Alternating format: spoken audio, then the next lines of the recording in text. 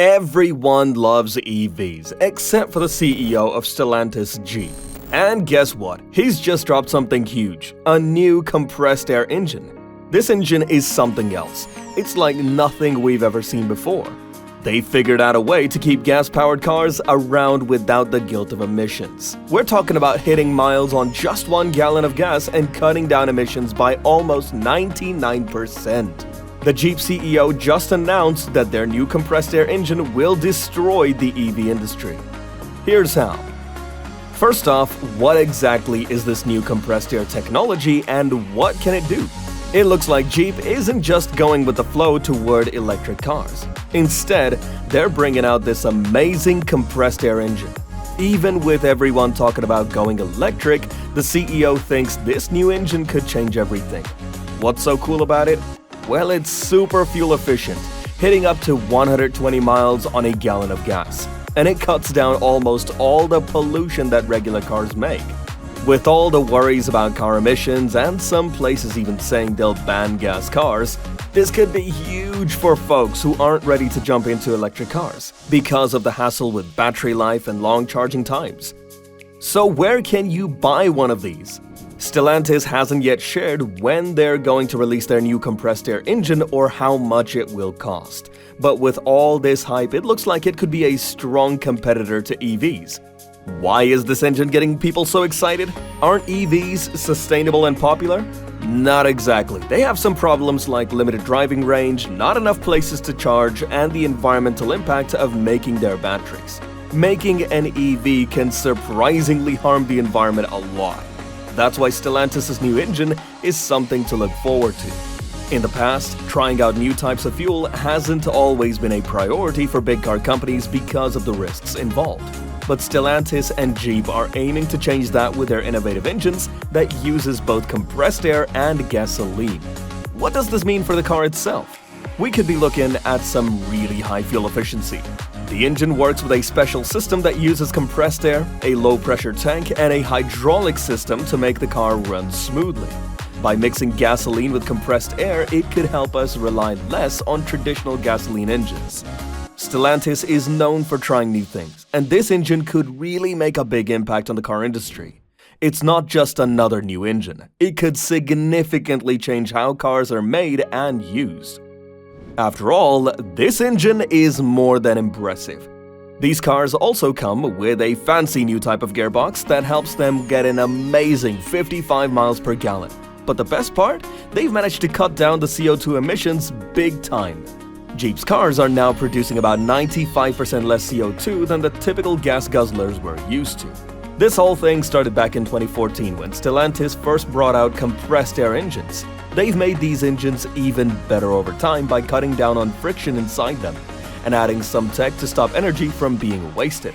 And wow, have they made a difference in how much CO2 cars are pumping out. But here's where it gets really impressive. They've mixed something called selective catalytic reduction with a special filter that uses additives. What does that mean for pollution? Well, this mix is super effective. It cuts emissions by up to 90% and gets rid of nearly all the particulate matter. That's a big leap towards having cars that are way kinder to our planet. But how is all of this even happening? Jeep's got a smart way to save on gas and cut pollution with something called hybrid air technology. Instead of using heavy batteries like in electric cars, it uses air. Here's how it works. The car captures energy when it runs, brakes or slows down, and stores it as compressed air. You can drive using just gas, just air, or a combination of both. The car automatically chooses the best option for you. On highways, it uses gas, but in the city, where speeds are lower, it switches to air. This is handy in cities where cars usually use more fuel. Jeep says this technology can cut fuel usage by half and increase the car's range significantly compared to regular engines.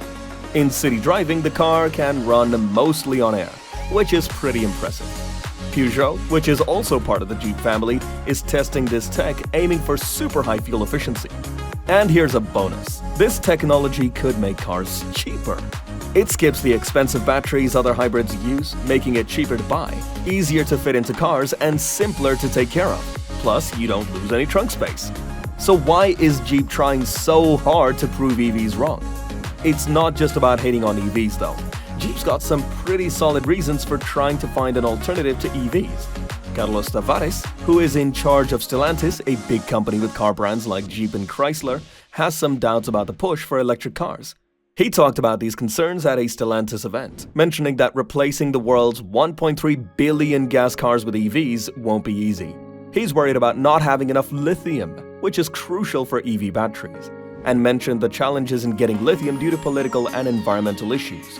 Tavares also criticized how expensive some EVs are, especially when they don't offer great technology or a long driving range. He thinks it's not right to sell EVs for over $50,000 if they're not really top-notch. And we can't blame him because he's got a point. So what exactly are the financial repercussions of EVs? The whole move toward EV is getting pricey. They're already about 40% more expensive than cars with regular engines. And if there's a ban on those engines, prices could go up even more. Take the Ford F-150 Lightning, for example. It's already over $100,000. Other new EVs are hitting the roof with their prices too. The CEO of Stellantis is pointing out how tough it is to make customers swallow these high costs, especially when the rules are all about pushing EV sales. He's thinking maybe there's another way, like swapping out old cars for new ones with their compressed air engines. This could cut down CO2 emissions by half pretty quickly. It's not just Stellantis feeling the heat. Big companies like General Motors, Ford, Hyundai, and Rivian are all struggling with how much more battery materials are costing, and the headache of figuring out new EV tax credits. Jeep is one of these, trying to get into EVs while dealing with falling sales and a bit of a hit to their reputation. Jeep is also set to reposition itself in the market. Back in 2015, if you wanted a Jeep Wrangler, it'd set you back about $35,000 to $38,000. In 2023, that price jumped to almost $52,000. This isn't just because things generally got more expensive over time, or because making cars has been a bit of a mess lately. It's part of Stellantis' big plan to make Jeep look more high-end. It's not just Jeep. Other big car companies like Ford and GM are also finding themselves selling EVs without making a profit. Or they're counting on the money from regular gas cars to cover the losses from EVs. Over in China, Volkswagen even had to drop the price of its ID.3 a few times just to keep up with the competition. Plus, things that used to be fancy additions in cars are now just the usual, like parking your car without touching the steering wheel. But buying an EV is just the start. Keeping one could hit your wallet too. Take BMW for example. They're now charging a monthly fee just to use the heated seats. What's next? Paying every month just to drive? Plus, EVs aren't as widely available for people in the middle class. The Jeep CEO has also been vocal about another big worry. EVs could become too pricey for most people if companies can't keep extra costs in check. He's also not too keen on the idea of leaning just on government handouts to make EVs cheaper, especially since those subsidies won't last forever. While Stellantis isn't rushing into EVs as fast as other Detroit big companies, they're still affected by it. Take Stellantis' main electric ride, the Ram 1500 Rev.